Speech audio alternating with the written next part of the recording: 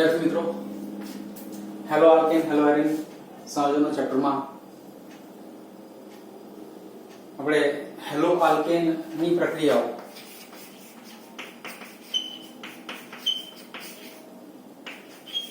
રાસાયણિક પ્રક્રિયાઓ અથવા રાસાયણિક ગુણધર્મો અને એ ગુણધર્મોમાં સૌથી પહેલું કેન્દ્ર અનુરાગી વિસ્થાપન પ્રક્રિયા અને એને બે રીતે SN2 અને SN1 સ્વરૂપે સમજ્યા.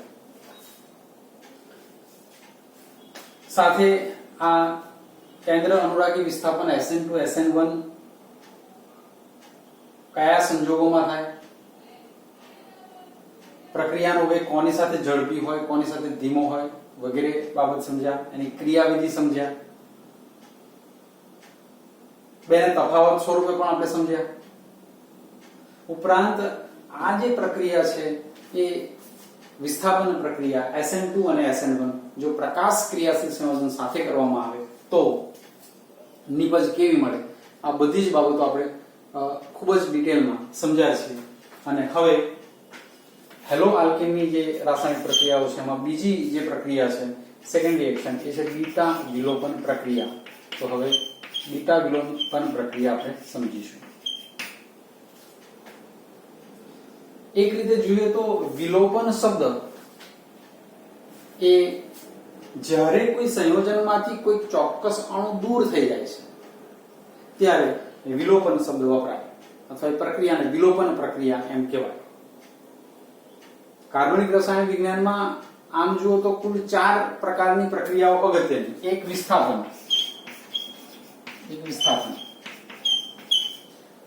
એક પરમાણુ અથવા સમૂહ દૂર થાય અને એનું સ્થાન બીજો પરમાણુ કે સમૂહ લે, વિસ્થાપન થયું કહેવાય. બીજી પ્રક્રિયા છે એ વિલોપન પ્રક્રિયા. આ વિલોપન પ્રક્રિયા દરમિયાન મૂળ સંયોજનમાં કશું ઉમેરાતું નથી પણ કંઈક દૂર થઈ જાય છે, કોઈ ચોક્કસ અણુ એ દૂર થાય તો એને વિલોપન કહીશું. ત્રીજા પ્રકારની પ્રક્રિયાને આપણે યોગશીલ પ્રક્રિયા કહીશું. આ યોગશીલ પ્રક્રિયામાં કશું દૂર થતું નથી પણ કોઈ ચોક્કસ અણુ એમાં ઉમેરાય છે. અને ચોથા પ્રકારની પ્રક્રિયાને પુનઃરચના પ્રક્રિયા કહીશું કે જેમાં ના કશું ઉમેરાય છે ના કશું દૂર થાય છે પણ એના એ જ પરમાણુ જુદા બંધ સાથે ફરીથી ગોઠવાય છે, નવું સંયોજન બને છે, એને આપણે પુનઃરચના પ્રક્રિયા કહીશું. તો કાર્બનિક રસાયણ વિજ્ઞાનમાં કુલ 4 અગત્યની પ્રક્રિયાઓ જે ધોરણ 11 માં તમે સમજ્યા છો: વિસ્થાપન, વિલોપન, યોગશીલ, પુનઃરચના.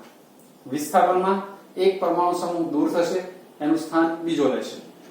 વિલોપન કશું ઉમેરાતું નથી, કંઈક દૂર થઈ જાય છે. યોગશીલ કશું દૂર થતું નથી પણ ચોક્કસ અણુ એમાં ઉમેરાઈ જાય છે. પુનઃરચના ના કશું ઉમેરાય છે ના કશું દૂર થાય છે, માત્ર જે પરમાણુઓ છે એ જુદા બંધની સાથે ફરીથી એક વખત ગોઠવાય છે, નવું સંયોજન બને, પુનઃરચના કહીશું. અત્યારે વિલોપન પ્રક્રિયા સમજવી છે. વિલોપન પ્રક્રિયા એટલે કોઈ ચોક્કસ અણુ દૂર થઈ જશે. અને આ વિલોપન પ્રક્રિયાને સમજવા માટે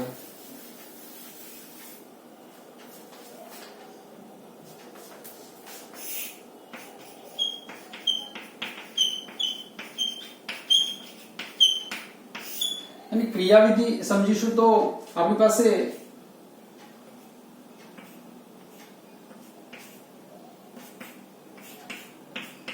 આ પ્રમાણેનું સંયોજન છે. આ હેલાઇડ છે અને આ હેલાઇડમાં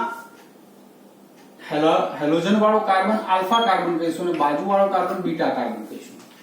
હેલોજન ધરાવતો કાર્બન આલ્ફા કાર્બન અને એની બાજુ વાળો કાર્બન બીટા કાર્બન છે. ખાસ અગત્યનું એ સમજીશું કે આ જે બંધ છે ને એ બંધ અહીં X ફિક્સ થઈ ગયો. અહીંયા આ બે બંધ કોઈ ગમે તેની સાથે જોડી શકે. અહીંયા 3 બંધ બની શકે એમ છે અને આ 3 બંધમાંથી એક હાઇડ્રોજન હોવું જોઈએ.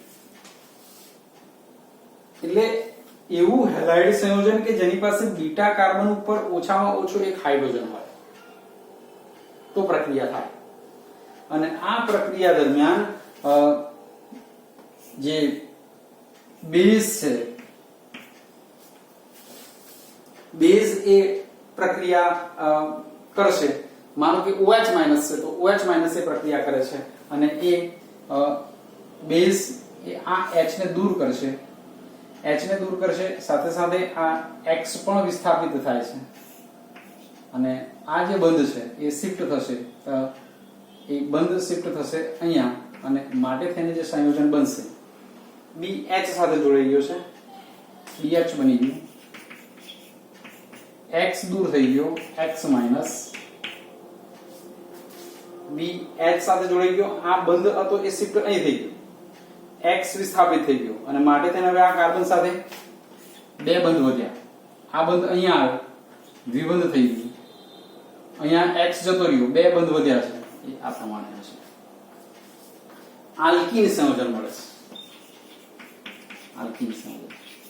તો હેલાઇડ સંયોજન જે છે એવું હેલાઇડ સંયોજન કે જેમાં બીટા કાર્બન ઉપર હાઇડ્રોજન હોય, આવા હેલાઇડ સંયોજનની જ્યારે કોઈ બેઝ સાથે પ્રક્રિયા કરવામાં આવે ત્યારે તમને આલ્કીન મળે છે અને આ પ્રક્રિયાને આપણે વિલોપન પ્રક્રિયા કહીશું. આને ખાસ રીતે બીટા વિલોપન કહીએ છીએ. બીટા વિલોપન પ્રક્રિયા કેમ કહેવામાં આવે તો આ વિલોપન પ્રક્રિયા છે એટલે કોઈ ચોક્કસ અણુ દૂર થવાનો છે, નક્કી છે. હેલાઇડની વિલોપન પ્રક્રિયા છે, હેલાઇડની વિલોપન પ્રક્રિયા છે એટલે હેલોજન તો દૂર થવાનો છે, એમાં કશું સરપ્રાઇઝિંગ નથી, પરંતુ આ હેલોજન દૂર થાય છે એની સાથે સાથે બીટા કાર્બન ઉપરથી હાઇડ્રોજનને લઈ જાય છે અને એ અગત્યનું છે. એના લીધે તેને આપણે એને બીટા વિલોપન પ્રક્રિયા કહીશું. એક્ઝામ્પલ તરીકે વિચારીએ તો CH3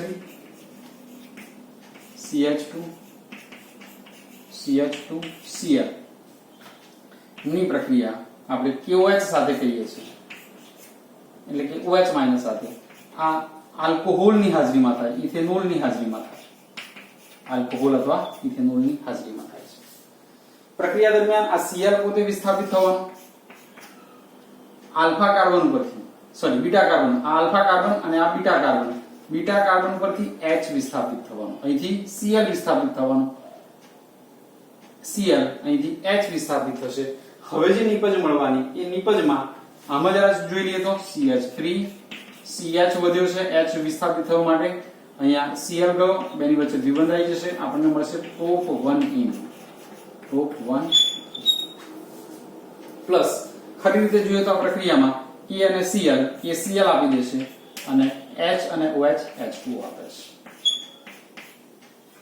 તો આ જે પ્રક્રિયા છે એને આપણે બીટા વિલોપન પ્રક્રિયા કહીશું. તમને પ્રોપ 1 ક્લોરોપ્રોપેન આ સંયોજન આપણું કયું હતું 1 ક્લોરોપ્રોપેન, આ 1 ક્લોરોપ્રોપેન સંયોજનમાંથી આપણને પ્રોપ 1 ઈન મળે છે, પ્રોપ 1 ઈન મળે છે. તો આ પ્રક્રિયા બીટા વિલોપન પ્રક્રિયા થઈ. આમાં એક વધારાની બાબત એ સમજીશું તો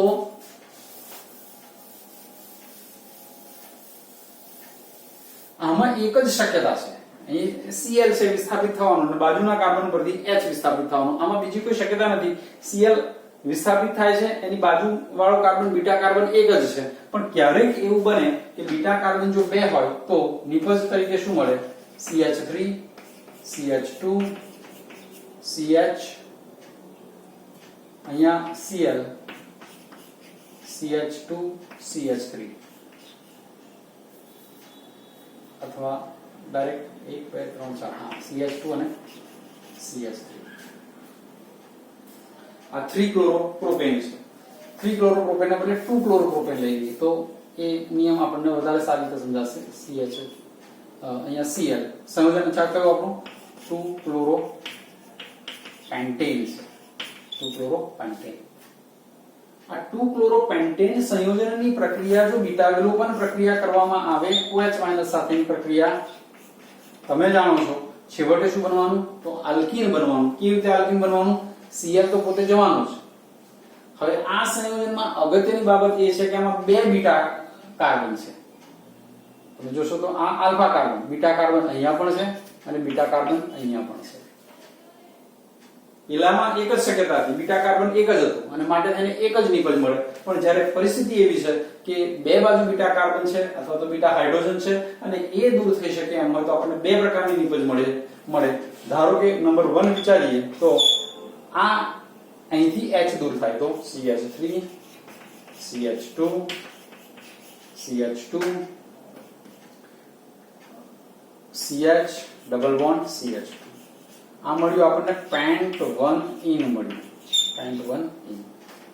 હવે એ જ પરિસ્થિતિમાં જો એવું થાય કે આ બીટા કાર્બન છે અહીંયાથી હાઇડ્રોજન દૂર થાય છે, આમાં શું કર્યું તમે, આ બીટા કાર્બન પરથી હાઇડ્રોજનને વિસ્થાપિત કર્યું, આપણને પેન્ટ 1 ઇન મળ્યું. જો એવું થાય કે આ કાર્બન બીટા કાર્બન છે, હેલોજન વાળો કાર્બન આલ્ફા, એની બાજુવાળો બીટા, પેલામાં એક જ બીટા કાર્બન હતો, અહીંયા બે બીટા કાર્બન છે, અહીંથી દૂર કર્યું પેન્ટ 1 ઇન મળ્યું. માનો કે અહીંથી H ને વિસ્થાપિત કરો છો તો સંયોજન કયું મળશે, CH3 CH2, અહીંથી H ને વિસ્થાપિત કરીએ છીએ માટે CH double bond CH CH3 pant 2 in મળે, પેન્ટ 2 ઇન સંયોજન મળશે.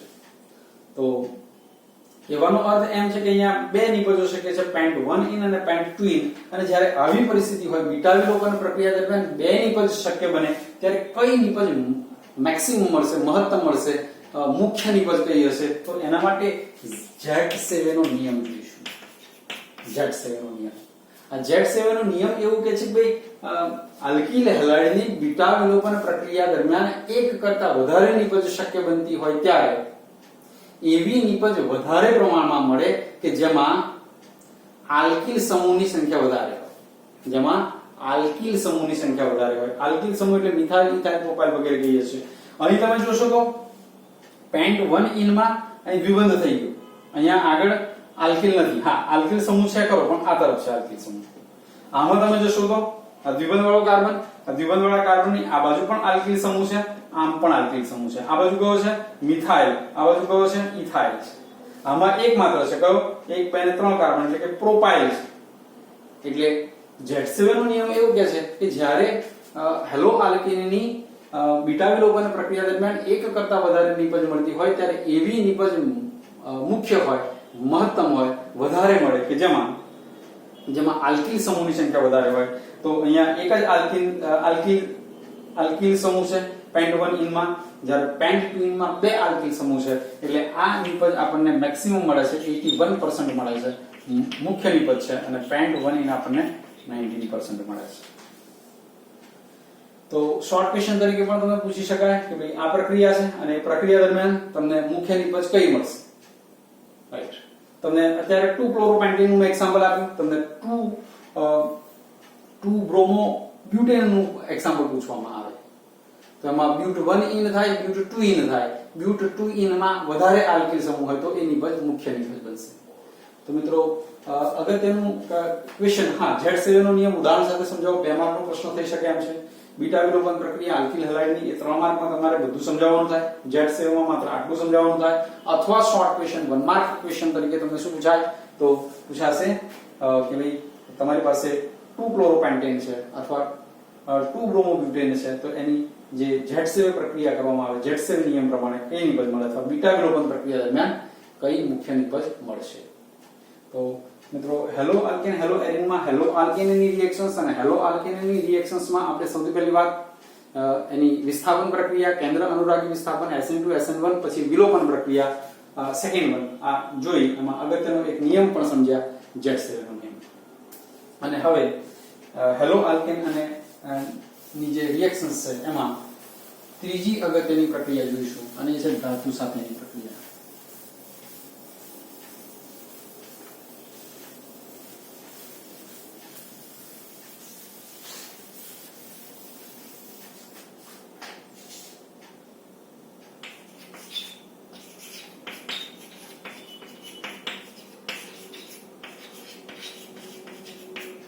ધાતુ સાથેની પ્રક્રિયા હેલાઇડની હેલો આલ્કેનની, એમાં આપણે બે રિએક્શન જોઈશું. એક છે ગ્રિગ્નાર્ડ પ્રક્રિયા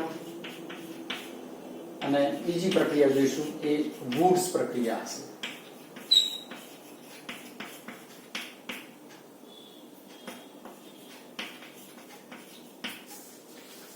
ચેપ્ટર સિક્વન્સમાં જરા ધ્યાનથી જોશો તો રિએક્શન્સમાં પહેલી કેન્દ્ર અનુરાગી વિસ્થાપન SN2 SN1, second one beta વિલોપન, એમાં અગત્યનું શું આવે, Z7. અને હવે ધાતુ સાથેની પ્રક્રિયામાં બે રિએક્શન્સ અગત્યની જોઈશું, અને એ રિએક્શન્સ છે ગ્રિગ્નાર્ડ પ્રક્રિયા એક તરફ, બીજી તરફ વુડ્સ પ્રક્રિયા.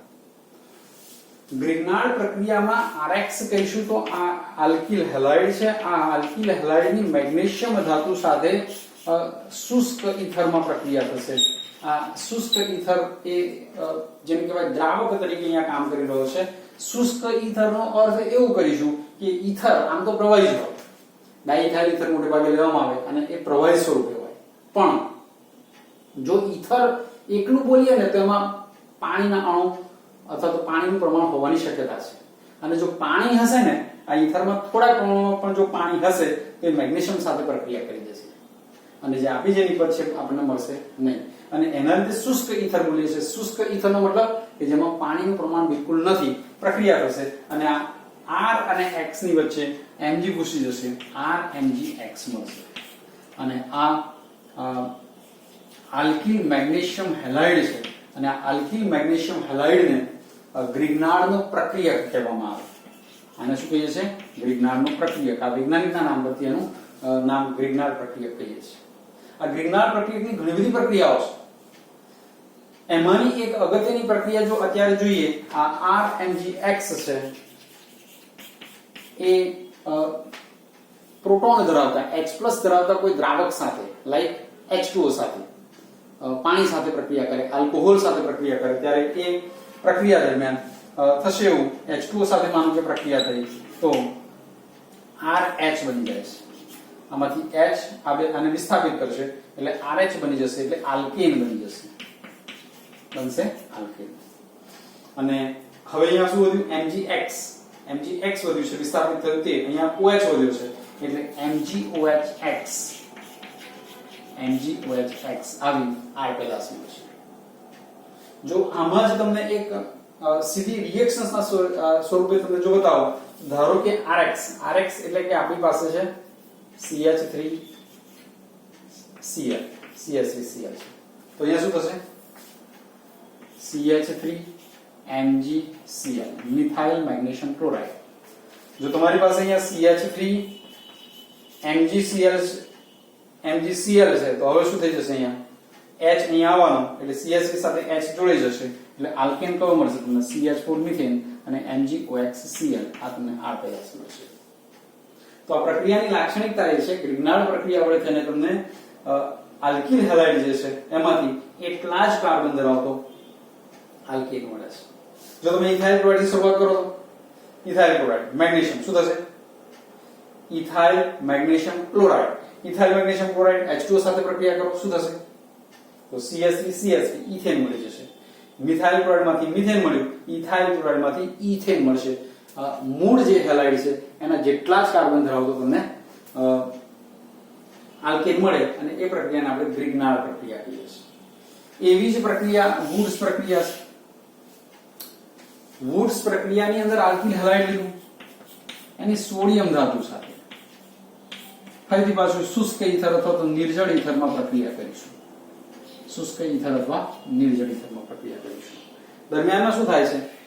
આના Na2 હશે, આ પણ 2 હશે. પ્રક્રિયા દરમિયાન આ બે R જોડાઈ જશે એકબીજા સાથે. પછી તમે ડિટેલમાં રિએક્શન ઉદાહરણ સાથે સમજાવો તમને જલ્દી ખબર પડશે. R બની જશે. અહીંયા શું વધ્યું? 2X. અહીંયા શું વધ્યું? 2Na plus 2NaX. હવે જોજો બરાબર. માનો કે CH3Cl છે આપણી પાસે પ્લસ 2Na. શુષ્ક ઈથર અથવા નિર્જળ ઈથર પ્રક્રિયા દરમિયાન શું થવાનું? તો આ 2Cl અને 2Na 2NaCl આપી દેશે પ્લસ CH3 2 છે જોડાઈ જશે, બની જશે CH3 બોન્ડ CH3 કહેશો તો ઇથેન મળી જાય છે. વુડ્સ પ્રક્રિયાની લાક્ષણિકતા એ છે કે જે આમાં પણ તમને હાઇડ્રોકાર્બન એટલે કે આલ્કેન મળે છે, પરંતુ મૂળ જે હેલાઇડ છે એ હેલાઇડ કરતા બમણા કાર્બન ધરાવતો આલ્કેન મળે છે. મિથાઇલ ક્લોરાઇડ હતું, એક કાર્બન હતો, ઇથેન બની ગયું, બે કાર્બન બને છે. આવી જ પ્રક્રિયા તમે બીજી વિચારો. કોના માટે? અત્યારે મિથાઇલ ક્લોરાઇડ, તો ઇથાઇલ ક્લોરાઇડ માટે શું થશે? મિથાઇલ ક્લોરાઇડ માંથી આપણને શું મળ્યું? ઇથેન મળ્યું. એકમાંથી બે કાર્બન થયા. જો ઇથાઇલ ક્લોરાઇડ હશે તો આપણને શું મળશે? CH3 CH2 Cl. Br પણ હોઈ શકે. 2 પ્લસ 2Na નિર્જળ ઈથર થવાનું શું? 2NaCl. આ 2NaCl છૂટું પડી ગયું તો હવે વધ્યું શું? CH3 CH2 CH2 અને CH3 એટલે કે બ્યુટેન મળે છે. પ્રશ્ન તમને એવો પૂછાય વુડ્સ પ્રક્રિયા સમજાવો તો સીધું છે. પ્રશ્ન એવો પૂછાય આલ્કિલ હેલાઇડ અથવા હેલો આલ્કેન માંથી બમણા કાર્બન ધરાવતો આલ્કેન અથવા હાઇડ્રોકાર્બન મેળવવાની પ્રક્રિયા વર્ણવો તો કઈ છે વુડ્સ પ્રક્રિયા. હેલો આલ્કેન અથવા આલ્કિલ હેલાઇડ માંથી એટલા જ કાર્બન ધરાવતો આલ્કેન મેળવવાની પ્રક્રિયા કઈ છે ગ્રિગ્નાર્ડ પ્રક્રિયા. તો મિત્રો આના સાથે આપણે આને કમ્પ્લીટ કરીએ છીએ. જે હેલો આલ્કેનની રાસાયણિક પ્રક્રિયાઓ અથવા એના રાસાયણિક ગુણધર્મો અને એ રાસાયણિક ગુણધર્મોમાં આપણે છેક શરૂઆત કરી ત્યાંથી કે એની કેન્દ્ર અનુરાગી વિસ્થાપન પ્રક્રિયા SN2 SN1 નંબર 2 બીટા વિલોપન પ્રક્રિયા કહેશો તો Z7 નિયમ એમાં અગત્યનો બનશે. નેક્સ્ટ વન આપણે ધાતુ સાથેની રિએક્શન કરી ધાતુ સાથેની પ્રક્રિયા જોઈશું. તો એમાં બે પ્રક્રિયા ઓન વન સાઈડ એક બાજુ ગ્રિગ્નાર્ડ પ્રક્રિયા છે. આલ્કિલ હેલાઇડમાંથી એટલા જ કાર્બન ધરાવતો આલ્કેન તમને આપે છે. મિથાઇલ ક્લોરાઇડમાંથી મિથેન આપે છે. સામે છે તમારી પાસે વુડ્સ પ્રક્રિયા. આલ્કિલ હેલાઇડમાંથી બમણા કાર્બન ધરાવતો તમને આલ્કેન આપે છે. મિથાઇલ ક્લોરાઇડમાંથી ઇથેન મળે છે. ઇથાઇલ ક્લોરાઇડમાંથી બ્યુટેન મળે છે. તો રિએક્શન્સ અહીંયા આપણે ધાતુ સાથેની રિએક્શનની સાથે સાથે હેલો આલ્કેનની પ્રક્રિયાઓ પણ પૂરી કરીએ છીએ. આના પછી આપણે હેલો એરિન એટલે કે ક્લોરોબેન્ઝીન જેવા સંયોજનોની પ્રક્રિયાઓ જોવાની છે. મિત્રો ઓર્ગેનિકનું ચેપ્ટર આગળ ચાલી રહ્યું છે અને દરમિયાનમાં રિએક્શન્સની પ્રેક્ટિસ માટે તમને ખૂબ શરૂઆતથી કહ્યું છે કે રિએક્શન્સ 2 3 4 5 તમને જેટલો સમય મળે છે તમે જેટલી પ્રેક્ટિસ કરવાની ઈચ્છા રાખો છો એટલી મેક્સિમમ વખત લખો જેથી કરીને ઓર્ગેનિકનું કામ આપણું એકદમ સરળ બને અને એ પ્રમાણે કરતા પણ હશો કામ. હવે આના પછી આપણે હેલો એરિનની રિએક્શન્સ જોવાની છે અને મિત્રો વાત કરું તો થોડાક પીરિયડ્સની અંદર હેલો એરિનની રિએક્શન્સ પણ પૂરી થઈ જશે એટલે ઓર્ગેનિક કેમિસ્ટ્રીનું આપણું બહુ જ અગત્યનું ચેપ્ટર પૂરું થઈ જશે. પણ તમારી તૈયારી ક્યાં? મેં તો મારું કામ પૂરું કરી દીધું પણ સામે તમારે તમારા પક્ષે એની તૈયારી કરવાનું કામ પણ કરવું જોઈએ. તો નેક્સ્ટ વિડીયોમાં આપણે હેલો એરિનની રાસાયણિક પ્રક્રિયાઓ જોઈશું. Thank you very much.